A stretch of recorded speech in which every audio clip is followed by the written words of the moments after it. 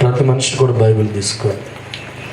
ప్రతి మనిషి కూడా ఈ లోకంలో ఏదో ఒక దాన్ని ఆధారం చేసుకుని బ్రతుకుతూ ఉంటారు. కొంతమంది ఉద్యోగాన్ని ఆధారం చేసుకొని దేని బట్టి సుఖంగా బ్రతకొచ్చు అనే ఆలోచనలో ముందుకెళ్తూ ఉంటారు.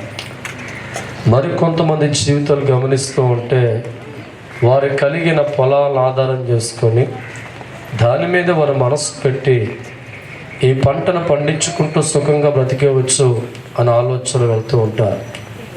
మరికొంతమంది జీవితాలు వారు కలిగిన వ్యాపారాలు ఆధారం చేసుకొని ఈ వ్యాపారాల మీదే ప్రతి నిమిషం కూడా మనసు పెట్టి ఈ వ్యాపారాన్ని బాగా కొనసాగించి 4 రూపాయలు సంపాదించుకుని వెళ్ళిపోతే సంతోషంగా జీవితం వెళ్ళిపోవచ్చు అనుకుంటారు. దేవుడి స్తోత్రం. ప్రతి మనిషి కూడా ఈ లోకంలో మనశ్శాంతిగా ఉండడానికి, పూర్ణ శాంతితో ఉండడానికి వ్యాపారం మీద మనసు పెట్టి ఆధారపడిన వారు కొంతమంది కనబడుతున్నారు. కలిగి ఉన్న ఉద్యోగం మీద మనసు పెట్టి ఆధారపడి పూర్ణ శాంతితో ఉండాలి అనుకున్నారు కొంతమంది కనబడి. దేవుడి స్తోత్రం. అయితే బైబిల్ ఏం చెప్పిందో ఒకసారి విందాం. యెషయా గ్రంథం 26వ అధ్యాయము 3వ వచనం ధ్యానం చేసుకుందాం. మైక్ తీసుకుందానా? ఎవరి మనస్సు నీ మీద ఆనుకొని ఉండునో వాని నీవు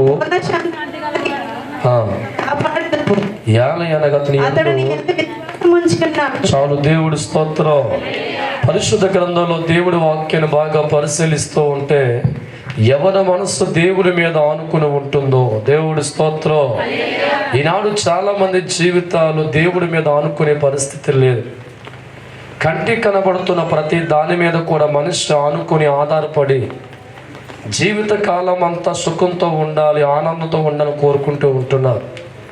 కానీ మనిషి జీవితం ఈ లోకంలో సుఖంగా ఉండాలన్నా, మనశ్శాంతితో ఉండాలన్నా, పూర్ణ శాంతి కలిగిన కుటుంబాలుగా మార్చబడాలన్నా పరిశుద్ధ గ్రంథం అంటుంది దేవుడి మీద మనసు ఏం చేయాలంట?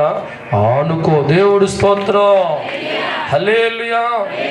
ఎవడ మనస్సు దేవుడి మీద ఆనుకునేనో వాడిని నువ్వు పూర్ణ శాంతి గలవాడిగా కాపాడుదువు. దేవుడి స్తోత్రం. ఈరోజు ఈ జీవితంలో పూర్ణ శాంతిగా నీ జీవితం కొనసాగాలనుకుంటున్నావు. ఎటువంటి బాధలు కూడా జీవితంలో ఉండకూడదు అనుకుంటున్నావు. ఎటువంటి కష్టాలు కూడా జీవితంలో ఉండకూడదు అనుకుంటున్నావు. ఎటువంటి బలహీనతల మధ్య నీ జీవితం ఉండకూడదు అనుకుంటున్నావు.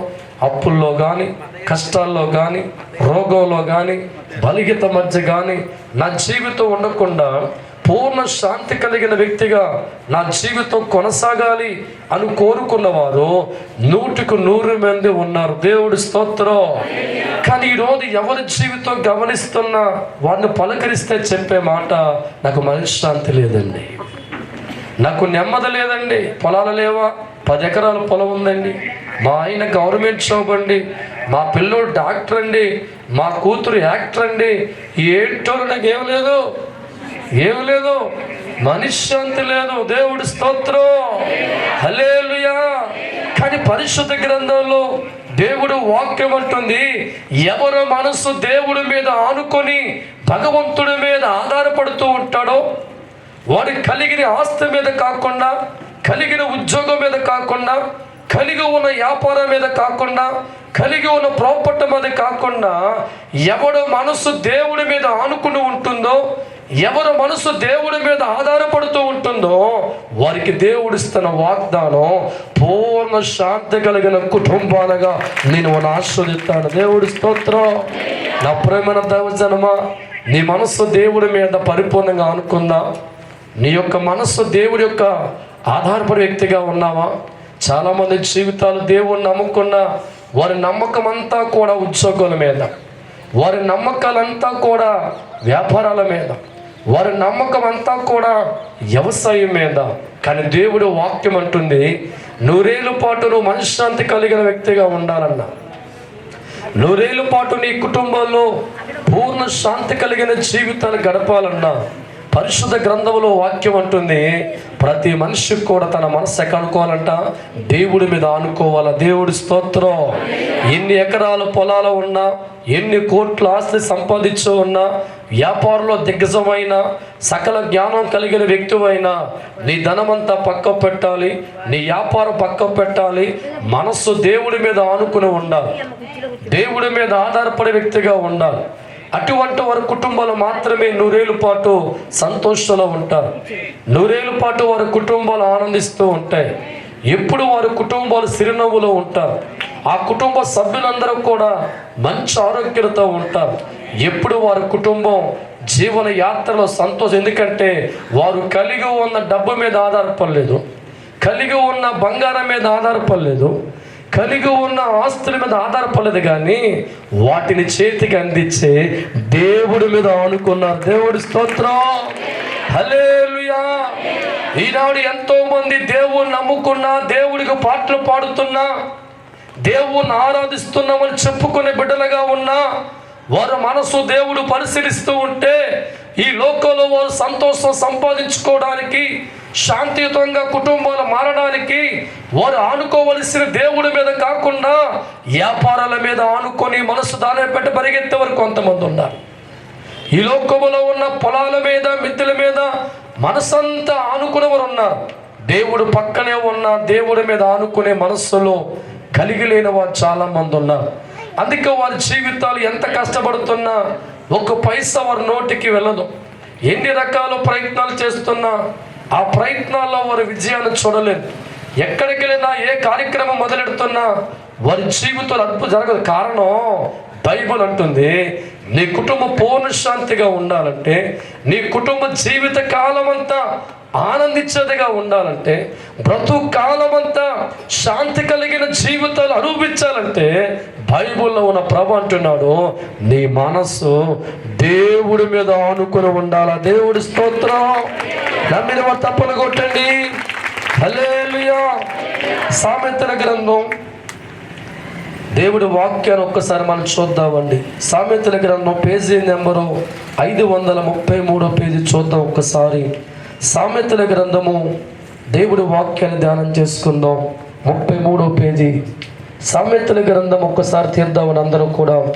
సామెతల గ్రంథము 3వ అధ్యాయము అక్కడ 5వ వచనం ధ్యానం చేసుకుందాం. నీ స్వబుద్ధిని ఆధారం చేసుకొనక నీ పూర్ణ హృదయముతో యెహోవా యందు నమ్మకముంచుము. చాలు. దేవుడి స్తోత్రం.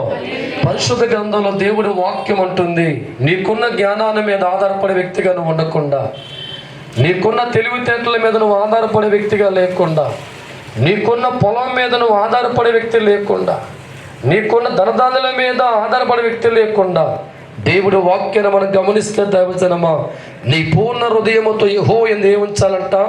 నమ్మిక ఉంచు. దేవుడి స్తోత్రం. హల్లెలూయా.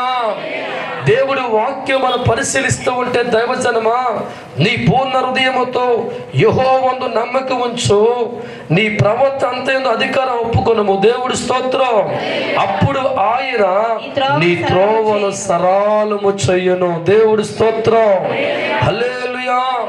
నీ స్వబుద్ధిని ఆధారం చేసుకున్నంత కాలం కూడా దేవుడి చేత గొప్ప కార్యాలు చూడలేవు. నీ జ్ఞానం వాడుకున్నంత కాలం కూడా దేవుడు అద్భుతాలు చూడలేవు. నీకున్న బలాన్ని, నీకున్న పొలాన్ని, నీకున్న ఆస్తులని, నీకున్న వాటిని నమ్ముకొని వాటి మీద ఆధారపడినంత కాలం కూడా నీ పిడికిడి గుండెల్లో సంతోషం చూడలేవు. నీ జీవితంలో నెమ్మది వంటి పరిస్థితి చూడలేవు. దేవుడు వాక్యం అంటుంది, నీ స్వబుద్ధిని ఆధారం చేసుకోకుండా భగవంతుడి మీద ఏం చేయాలంట? ఆధారపడాలా. దేవుడి స్తోత్రం. హల్లెలూయా. దేని మీద అనుకున్న ఒక దినాన విడిచిపెట్టి వెళ్ళిపోతే గాని దేవుడి మీద ఏ కుటుంబం అయితే అనుకుంటుందో జీవిత కాలం అంతా వారు సంతోషిస్తూ ఉంటారు. జీవిత కాలం అంతా వారు మేలు చూస్తూ ఉంటారు. జీవిత కాలం అంతా అనుకున్న కార్యాలను గొప్పగా సాధిస్తూ ఉంటారు. ఎప్పుడు వారి కుటుంబాలు నలుగురు ఉంటే నలుగురు కూడా దేవుడి మీద అనుకుంటారు కనుక, నలుగురు మనస్సు కూడా దేవుడి మీద ఆధారపడుతుంది కనుక, అలా దేవుడి మీద మనస్సు ఆనుకున్న వారి జీవితాల్లో పరిశుద్ధాత్మ దేవుడు తోడుగా ఉంటాడు కనుక, వారి జీవితాల్లో కావలసిన ప్రతి సౌకర్యం దేవుడే కల్పిస్తారు కనుక, అటువంటి వారు ఎన్ని తెలివితేటలు కలిగి ఉన్నా, ఎన్ని జ్ఞానము కలిగి ఉన్నా, వాటిని ఎప్పుడు కూడా ఉపయోగించకుండా దేవుడి మీద ఆధారపడతారు కనుక వారి జీవితాలు సదాకాలం ఏముంటాయంటే నోటి నిండా నవ్వు ఉంటుంది. దేవుడి స్తోత్రం, హల్లెలూయా. ఈరోజు దేవుణ్ణి నమ్ముకున్న నీవు స్వబుద్ధి ఆధారం చేసుకొని, నీ జ్ఞానం ఆధారం చేసుకొని, నీ డబ్బును ఆనుకొని, నీ జ్ఞానం మీద మురికిలు వెళ్తుంటే జీవితంలో ఏ మనశ్శాంతి అయితే నీకు అనుకుంటున్నావో ఆ శాంతి అవి నీకు ఇవ్వలేవు, ఆ సమాధానం అవి నీకు ఇవ్వలేవు, హృదయానికి నెమ్మది అవి ఇవ్వలేవు. కానీ దేవుడు వాక్యం అంటుంది, ఎవడు మనసు అయితే లోకంలో ఉన్న డబ్బు మీద, ధనం మీద, ఈ లోక వ్యాపారాల మీద ఆనుకోకుండా మొదటగా నా మీద మనసు పెట్టి ఆనుకుని ఉంటాడో వారి కుటుంబానికి దేవుడిచ్చే గొప్ప గిఫ్ట్ ఏంటంటే జీవితకాలం అంతా మనశ్శాంతితో ఉంటాడు. దేవుడి స్తోత్రం, హల్లెలూయా. ఈ రోజుల్లో ప్రపంచంలో మనుషులకు దొరికింది మనశ్శాంతే. ఎన్ని కోట్లు ఆస్తి కలిగి ఉన్నా వాళ్ళు పలకరెత్తే వారు చెప్పే మాట ఏంటో, అన్నీ కలిగి ఉన్నానండి, నా జీవితంలో మనశ్శాంతి లేదు. ఓ గవర్నమెంట్ జాబ్ కలిగిన వ్యక్తిని మనం పలకరెత్తే నా శాలరీ ₹1,00,000 ఏంటో నాకు మనశ్శాంతి లేదు. కోట్లు సంపాదించే ఒక వ్యాపారం మనం పలకరిస్తూ ఉంటే నీ రోజుకి 20 కోట్లు సంపాదిస్తానండి, ఏంటో నా పిల్లానికి సుఖం లేదు, నాకు సుఖం లేదు. దేవుడి స్తోత్రం, హల్లెలూయా. కానీ దేవుడి మీద ఆనుకున్న వాడిని పలకట్టడా 6 పువ్వులు 3 కాయలకు. దేవుడి స్తోత్రం. ఎందుకో తెలుసా? పరిశుద్ధాత్మ దేవుడు అనుకున్న జీవితాలు ఎప్పుడు ఆనందిస్తారు. దేవుడి మీద ఆధారపడి వారి మనస్సంతా కూడా ప్రభువు మీద ఆనుకునే వ్యక్తులుగా ఉన్నప్పుడు, ప్రతి లోకములో రావాల్సిన సహాయం కావలసినప్పుడు వారు మనుషుల మీద, బంధువుల మీద, వారు కలిగిన దాని మీద ఆధారపడక, అనుకోక, వారి జీవితంలో ఏది కావాలన్నా, ఏ అవసరాలు ఉన్నా వారు వెంటనే ప్రభువు మీద ఆనుకుని ఉంటారు. దేవుడి మనసు ఇచ్చేవారుగా ఉంటారు. అందుకే వారు దేవుడి చేతుల్లో సహాయం చూస్తూ ఉంటారు, దేవుడి చేత వారు మేలు చూస్తూ ఉంటారు, దేవుడి చేత వారు సహకారం పొందుతూ ఉంటారు. దేవుడి అద్భుతాలు చూసే వ్యక్తి ఉంటే కారణం వారు దేవుడి మీద ఏం పెట్టారంట? మనస్సు పెట్టారు. దేవుడి స్తోత్రం. అందుకే దేవుడు వాక్యం, క్రైస్తవ జనమా, ఈనాడు దేవుడు నమ్ముకున్న నీవు దేన్ని ఆధారం చేసుకున్నావు? పొలం ఉందని బలంగా నమ్మి ఆధారం చేసుకున్నావా? ఉద్యోగం నాకు ఉందని అనుకొని దాని మీదే మనసు పెట్టి ఆధారం చేసుకున్నావా? బ్యాంకు ₹4 ఉన్నాయని దాని మీదే మనసు పెట్టి ఆధారం చేసుకున్నావా? రాబీర్ అంటుంది, ప్రతి మనిషి కూడా మనస్సు దేవుడు పెట్టాలంట. ప్రతి వ్యక్తి కూడా దేవుడి మీద ఆనుకోవాలంట. దేవుడి మీద ఆనుకుంటే మధ్యలో వదిలిపెట్టడు. దేవుడి మీద ఆనుకుంటే నీ బాధల్లో వదిలిపెట్టడు. దేవుడి మీద ఆనుకుంటే నీ కష్టాల్లో వదిలిపెట్టడు. దేవుడి మీద ఆనుకుంటే నీ అనారోగ్యం వదిలిపెట్టడు. దేవుడి మీద ఆనుకున్న ప్రతి కుటుంబానికి జీవిత కాలం అంతా దేవుడు తోడు ఉండి వాళ్ళు బాగు చేస్తారు. దేవుడి స్తోత్రం, హల్లెలూయా. ఈనాడు ప్రపంచంలో 700 కోట్ల మంది ఉంటే ప్రతి అంతరంగం పరిశీలిస్తూ ఉంటే ధనము వాడుకుంటుంది, డబ్బు వాడుకుంటుంది, ఆస్తి వాడుకుంటుంది, పరువు వాడుకుంటుంది, పదవులు వాడుకుంటాయి, కానీ వాడికి మనశ్శాంతి ఉండదు. మనందరికీ ఉంది మనశ్శాంతి. దేవుడి స్తోత్రం. ఎన్ని నీవు కలిగి ఉన్నా మనశ్శాంతి నీకు ఇవ్వగలవా? మనశ్శాంతి నీకు ఇవ్వగలవా? ఎన్ని నీవు కలిగి ఉన్నా మనశ్శాంతి నీకు ఇవ్వగలవా? మనశ్శాంతి నీకు ఇవ్వగలవా? తప్పని కొడదాము. దేవుని ఆలోచించి ఒకసారి, ఈరోజు అన్ని కలిగి ఉండి మనశ్శాంతి నీకుందా?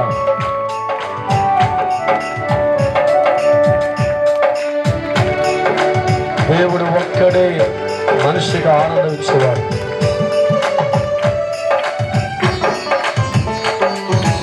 ఎన్నో ఆస్తులు కలిగి ఉన్నా హృదయము నిండా బాధలే ఉన్నాయి. ఎన్నో మేడలు కలిగి ఉన్నా తీరని వేదనలు.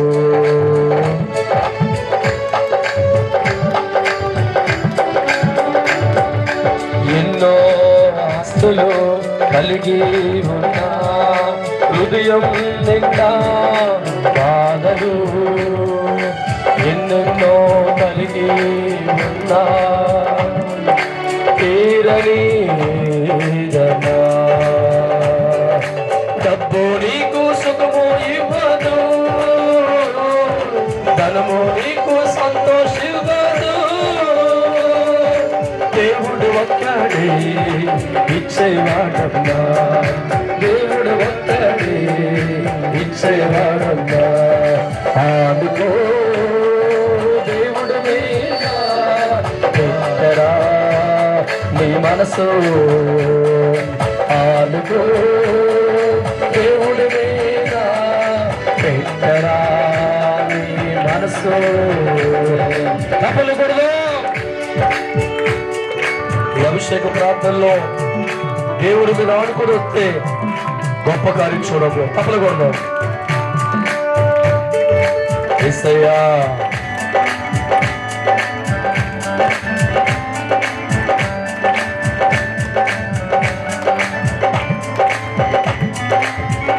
మనసారి తప్పలు కొడదాం. దేవుడి మీద కాకుండా దేని మీద నీవు ఆనుకున్నా,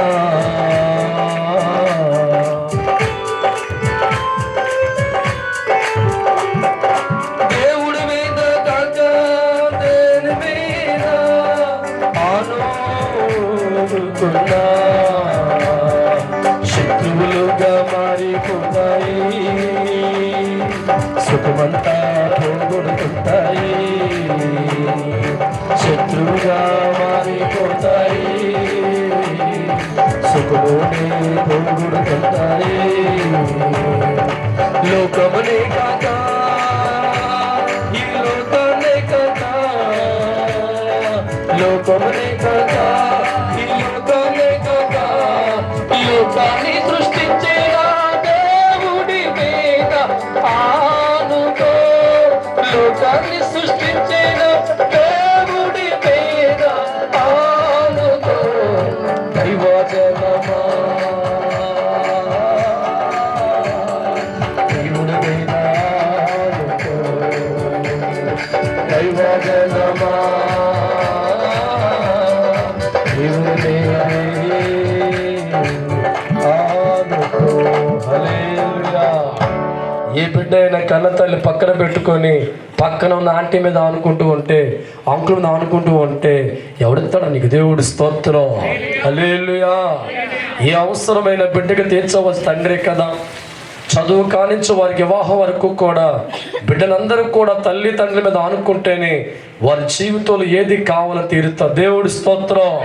మనిషి అనేవాడు ఎప్పుడు కూడా దేవుడి మీద ఆనుకోవాలి. లోకం మీద ఆనుకున్నా, లోకంలో ఉన్నదాని మీద ఆనుకున్నా ఆ కుటుంబాలు మనశ్శాంతితో ఉండవు, సమాధానంతో ఉండవు, ఆనందం ఉండే పరిస్థితి వరకు ఉండదు. కానీ ఏ కుటుంబం అయితే దేవుడి మీద ఆనుకునే మనస్సు కలిగి ఉంటుందో, ప్రతి సందర్భంలో కూడా మనిషి దేవుడి మీద ఆనుకునేవాడు మారాలి.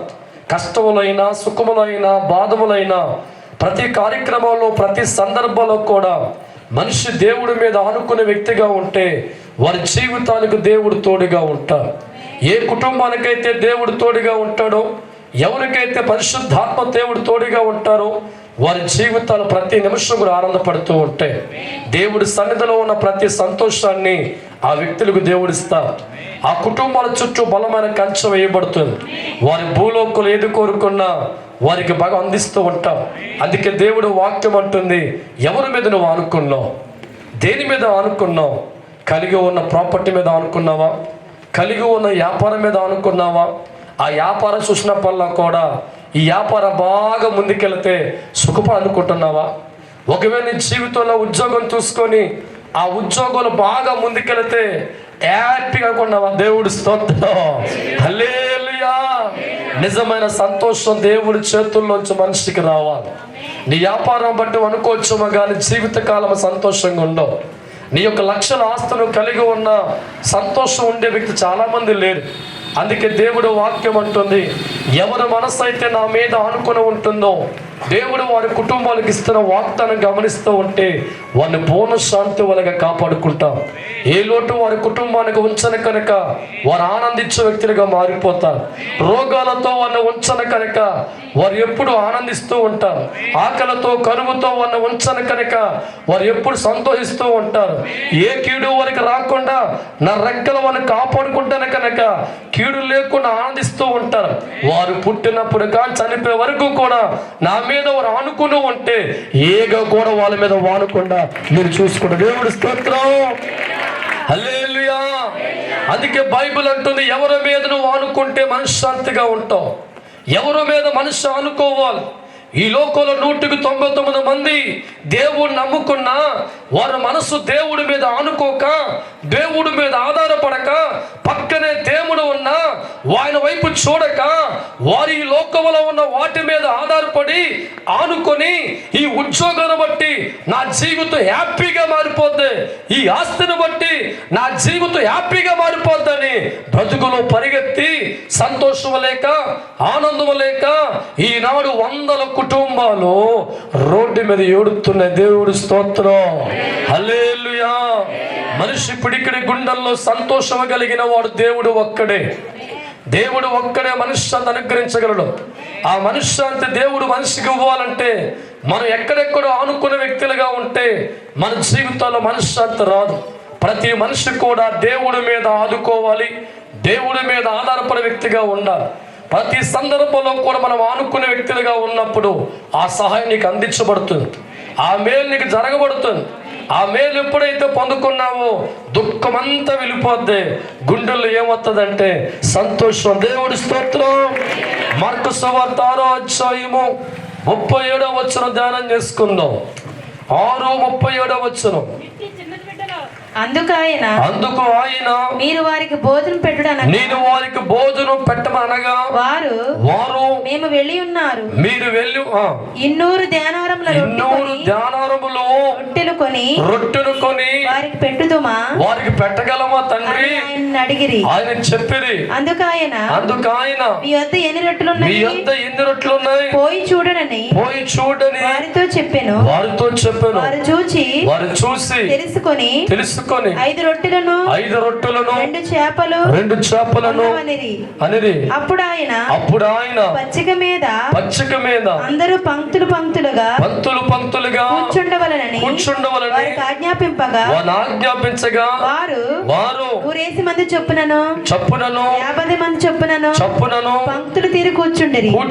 అంతటా ఆయన 5 రొట్టెలను 2 చేపలు పట్టుకొని ఆకాశం వైపు కనులెత్తి దగ్గరగా తప్పలకూడదు. దేవుడి స్తోత్రం, హల్లెలూయా. ఏ దేవుడు నువ్వు ఆరాధిస్తున్నావు ఆ దేవుడు వేల మందికి అన్నం పెట్టే సమయం వచ్చినప్పుడు తన మనసు ఎవరు ఎత్తుకున్నాడో? లోకంలో ఉన్న రాజుల వైపు చూస్తాడా? లోకంలో ఉన్న పెద్దల వైపు చూస్తాడా? లోకంలో ఉన్న మనుషుల వైపు చూస్తాడంటే గమనించాలా. కన్నులు పైకెత్తి తన మనస్సు ప్రభు మీద ఆనుకున్నాడు.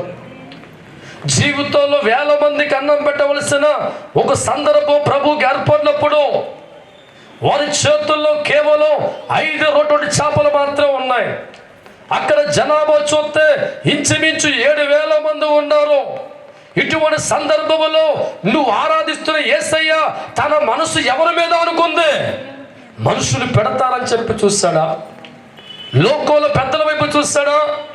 ఈ లోకంలో ఎంత అధికారం కలిగిన యేసు ఈ లోకానికి వచ్చినా, ఎన్ని అద్భుతాలు చేసేవాడిగా ఉన్నా, సర్వాధికారి దేవుడు కుమారుడై ఈ లోకంలో వచ్చిన మట్టి మనిషిగా ఒక సందర్భంలో ఆయన అవసరం తీర్చాలంటే, అక్కడ కార్యము జరగాలంటే యేసయ్య మనసు తండ్రైన దేవుడి మీద ఆనుకుంటూ కన్నులు పైకెత్తాడు. దేవుడి స్తోత్రం, హల్లెలూయా.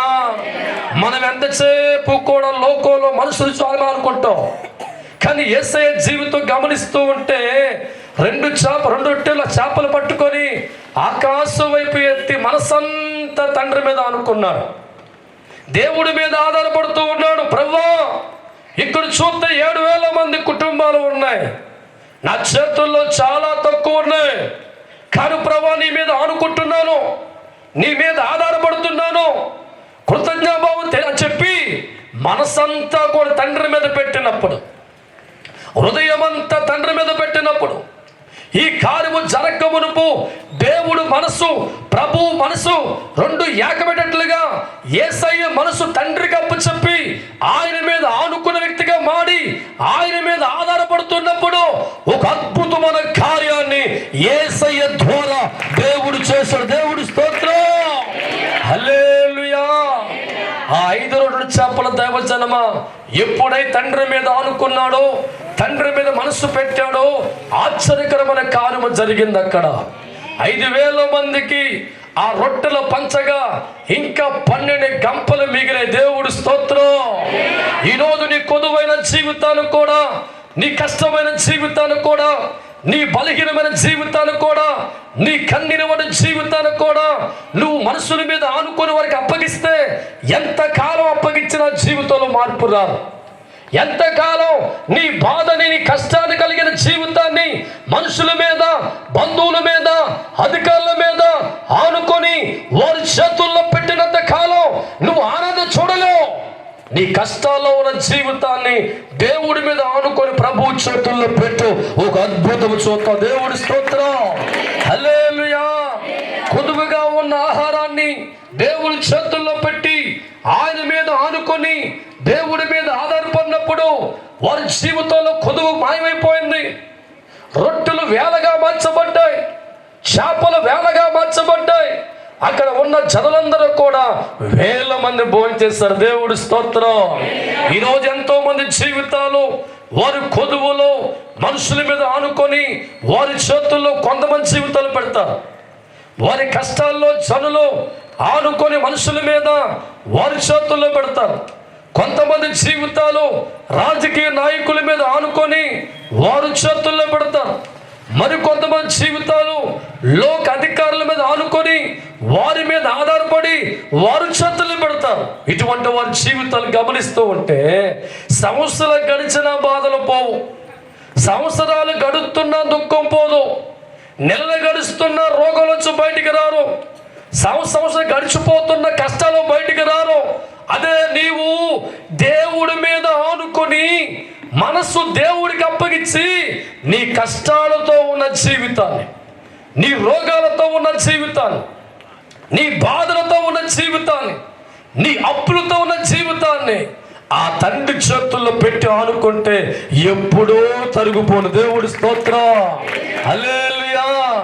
ఎన్నాళ్ళు జీవితంలో కష్టాలు ఉండేయా, ఎన్నాళ్ళు జీవితంలో బాధలు ఉండేయా, ఎంతకాలం రోగంతో ఏడ్చేదానవా, ఎంతకాలం సంతానం లేకుండా కన్నీరు కార్చేదానవా, మనసు దేవుడి మీద ఆనుకోక, దేవుడి మీద జీవితం ఆధారపడక, లోకములో మనుషుల మీద, అధికారుల మీద, పదవుల మీద, ధనము మీద, పొలాలే నమ్ముకున్నావు. కానీ ఏ సృష్టికర్త అయితే నీ జీవితం మార్చగలడో, ఏ తండ్రి మీద ఆనుకుంటే నీ బతుకు మారుతుందో, ఏ దేవుడి మీద మనసు ఆనుకుంటే నీ తలనాతో మార్చబడుతుందో, ఏ తండ్రి చేతుల జీవితం పెట్టుకొని నువ్వు ఆనుకుంటే జీవితం పండుతుందో, ఆ దేవుడి మీద ఆనుకొని ఆ దేవుడి మీద ఆధారపడి ఉంటే నీ అప్పులు ఎగిరిపోతాయి, నీ రోగం ఎగిరిపోతుంది, నీ జబ్బులు ఎగిరిపోతాయి, నీ బాధలు ఎగిరిపోతాయి.